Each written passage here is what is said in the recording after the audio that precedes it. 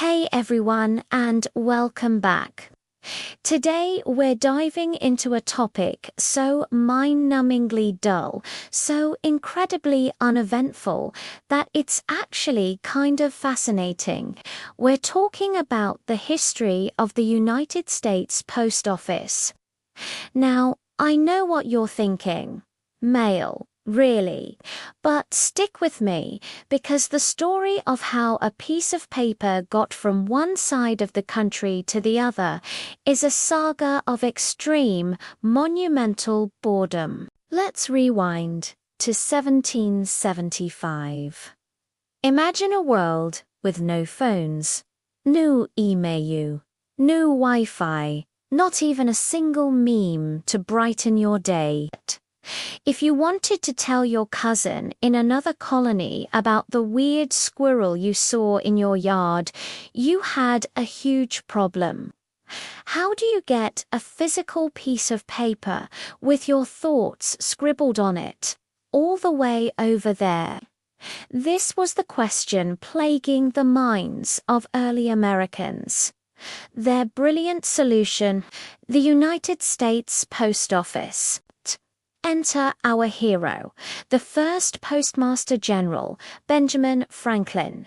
You might know him from flying kites in thunderstorms or being on the $100 bill, but his most important and arguably most boring job was organizing the mail. Franklin's days were a thrilling roller coaster of administrative tasks. He'd spend hours, maybe even days, hunched over a desk, meticulously planning mail routes. Think about that. Drawing lines on a map, over and over.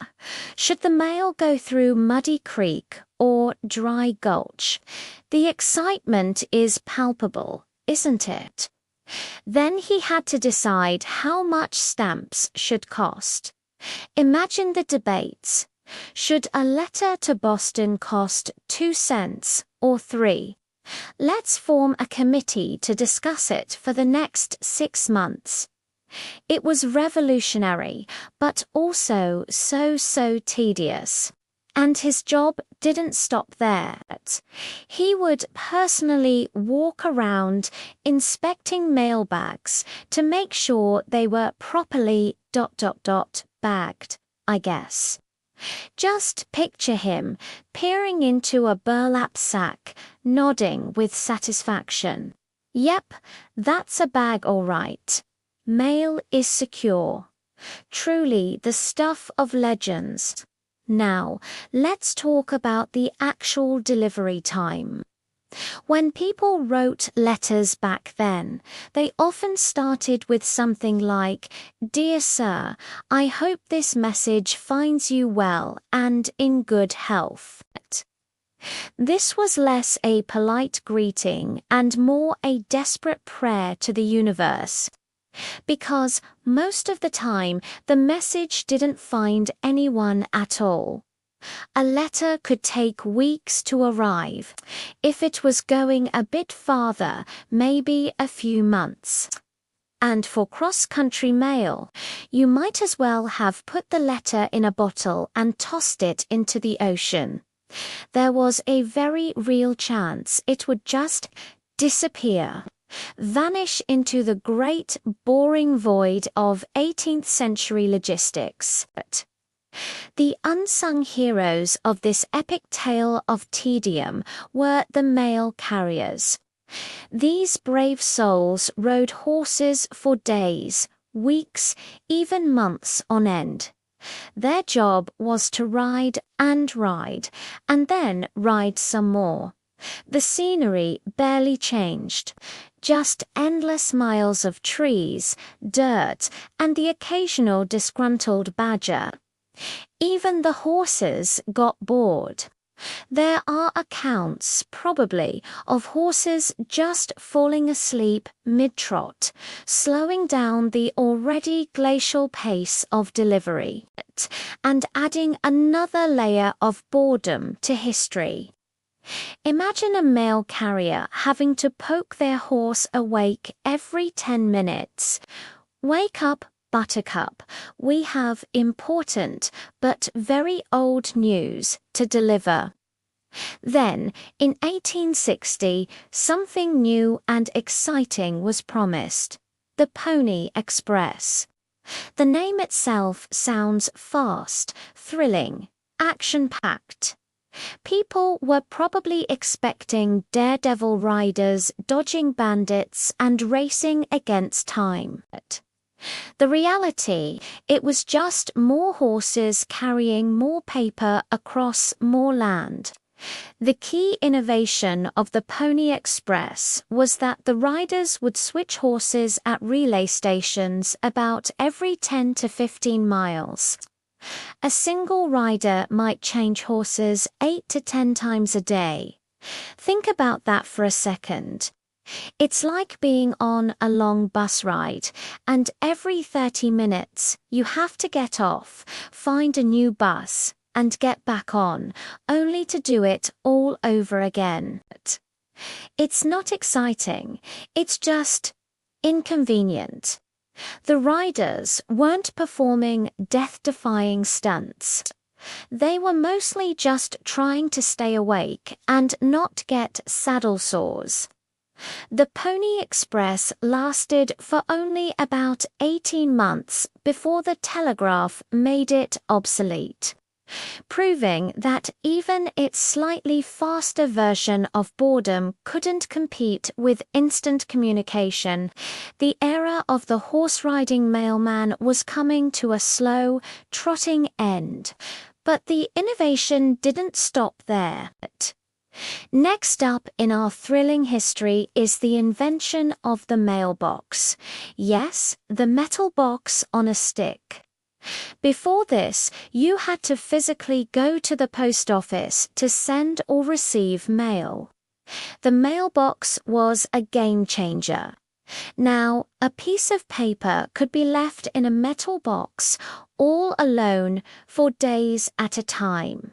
It could sit there, untouched, slowly gathering dust, maybe becoming a home for a spider or two. This invention perfected the art of waiting.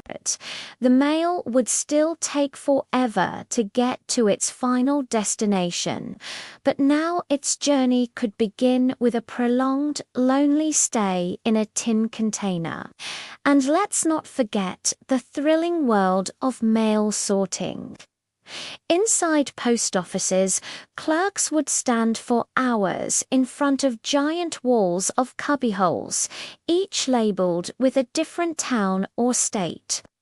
Their entire job was to look at an address and put the letter in the corresponding slot, over and over and over again. It was the original data entry job, but with more paper cuts and less comfortable chairs.